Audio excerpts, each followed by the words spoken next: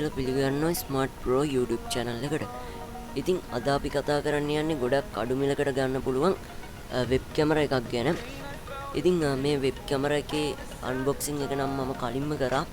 ඉතින් මේ web camera එක අපිට දරාස් වගේම online website වගේම shop වලිනුත් මිලදී ගන්න පුළුවන්. ඉතින් අද අපි කතා කරමු මෙන්න මේ වෙබ් කැමරා එකේ specification මොන වගේද කියලා. ඉතින් අපිට වෙබ් කැමරා එක මේ විදිහට බලා ගන්න පුළුවන්. ඉතින් ඇත්තට මේ ගොඩක් හොඳට හදලා තියෙනවා. මේක අපිට හදලා තියෙන්නේ ප්ලාස්ටික් වලින් වෙබ් කැමරා එක. ඉතින් ඒ වගේම අපිට බලා ගන්න පුළුවන් මෙතනින් අපේ වෙබ් කැමරා එකේ කැමරාව බලා ගන්න පුළුවන්. ඉතින් මේ කැමරා එක ගැන කතා කරනවා නම් මේක ගොඩක් ක්වොලිටි කැමරා එකක් නෙමෙයි. සාමාන්‍යයෙන් මෙගාපික්සල් එකකට අඩු කැමරා එකක් මේකේ අපිට බලා ගන්න පුළුවන් වෙන්නේ. හැබැයි ඒවා ගොඩක් එළිය තියෙන වෙලාවක වාගේ වීඩියෝස් ෆොටෝස් වගේම ඔයා මේ කැමරාවෙන් වැඩ ගත්තොත් ගොඩක් හොඳට අපිට මේ කැමරාව බලා ගන්න පුළුවන්. ඉතින් මේ කැමරා එකේ අපිට බලා ගන්න පුළුවන් ගොඩක් ලස්සන ඩිසයින් එකක්. කැමරාවේ හෙඩ් එක අංශක 360ක් දක්වා අපිට කරකෝල අවශ්‍ය ප්‍රමාණයට හදා ගන්න පුළුවන්.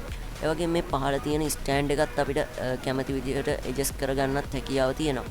ඒක අපිට අංශක 180ක් දක්වාම මේ ස්ටෑන්ඩ් එක ඇඩ්ජස්ට් කරලා අපිට කැමති තැනට මේක සම්බන්ධ කරගෙන අපිට වැඩ කරගන්න පුළුවන්. ඉතින් අපිට මේ වෙබ් කැමරා එකේ පහලින් බැලුවොත් ඒ කියන්නේ මේ වෙබ් කැමරා එකේ ස්ටෑන්ඩ් එකට පහලින් බැලුවොත් මවුන්ට් කරන පොඩි කොටසක් බලා ගන්න පුළුවන්. ඒ කියන්නේ ඔයා ගාව ට්‍රයිපෝඩ් එකක් තියෙනවා නම් ඔයාට මෙන්න මේ කොටසට මවුන්ට් කරන්න පුළුවන් ලේසියෙන්ම. ඒ වගේම මේ වෙබ් කැමරා එකේ වයර් එක ගැන කතා කරනවා නම් මේ වයර් එක අපිට මීටරයක් විතර දිගට බලා ගන්න පුළුවන්. ඒ වගේම ගොඩක් හොඳ වයර් එකක් මේකට දාලා තියෙනවා. ඒ වගේම මේක පහලින් අපි වයර් එකේ කෙරෝලෙන් අපිට බලා ගන්න පුළුවන් USB jack එක වගේම ඒ වගේම අපිට බලා ගන්න පුළුවන් මිලිමීටර් 3.5 ජැක් එකක්.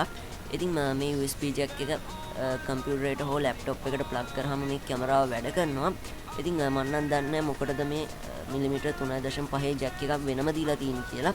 ඉතින් ඔයාගේ හේතුව දන්නවා නම් අනිවාර්යෙන් පහලින් කමෙන්ට් කරන්න. අපේ වීඩියෝස් බලන අනිත් අයට වගේ මටත් දැනගන්න. ඉතින් මේ කැමරාවේ ගොඩක් හොඳ ක්වොලිටියට මම කලින් කිව්වා වගේ වීඩියෝස් කැප්චර් කරන්න බෑ වීඩියෝස් ෆොටෝස්. ඉතින් ඔයා ඔන්ලයින් ක්ලාස් එකකට වගේ සම්බන්ධ වෙනවා නම් Zoom meeting එකකට වගේ සම්බන්ධ වෙනවා නම් ඔයාට මේ කැමරා එක මට රෙකමන්ඩ් කරන්න පුළුවන්.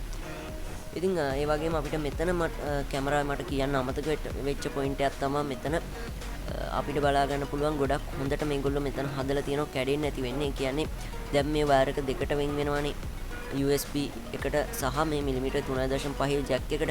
ඉතින් ගොඩක් වෙලාවට මෙතනින් කැඩලා යන හින්දා ඒගොල්ලෝ ගොඩක් හොඳට මේක නිර්මාණය කරලා තියෙනවා කැඩෙන්නේ නැති වෙන්න. ඉතින් ඒ වගේ දේවල් තමයි මේ කැමරාවේ තියෙන ස්පෙસિෆිකේෂන්. ඉතින් මේ කැමරාව මම කලින් කිව්වා වගේ හයි පර්ෆෝමන්ස් වල බලාපොරොත්තු වෙන්න එපා. Zoom meeting එකකට ඔන්ලයින් ක්ලාස් එකකට වගේ ජොයින් වෙන්න නම් මේ කැමරාව ප්‍රමාණවත්. ඉතින් මේ කැමරාවේ මිල රුපියල් 2000-3000ක් අතර මුදලකට ආට මේක මිලදී ගන්න පුළුවන්. ඉතින් ඔයා මොකද හිතන්නේ මේ කැමරාව ගැන? ඔයා වියදම් කරන මුදලට මේකෙන් දෙන පර්ෆෝමන්ස් හොඳයිද? ඒ වගේම පර්ෆෝමන්ස් මදිද කියලා අනිවාර්යෙන් පහලින් කමෙන්ට් කරන්න. ඒ වගේම අද වීඩියෝ එක ගැන මොකද හිතන්නේ කියලාත් අනිවාර්යෙන් කමෙන්ට් කරන්න යන්න අමතක කරන්න එපා. ඒ වගේම ඔයාමගේ channel එක subscribe කරලා නැත්නම් අනිවාර්යෙන් පහලින් තියෙන රතු පාට subscribe button එකක්. ඒක එක සැරයක් press කරාම notification bell icon එකක් මතුවෙනවා. ඒකෙත් all option දාලා තියාගන්න. ඒ වගේම ඔයාමගේ channel එක subscribe කරලා ඉන්නවනම් ආයි පාරක් notification bell icon එක click කරලා all දාගෙන තියාගන්න.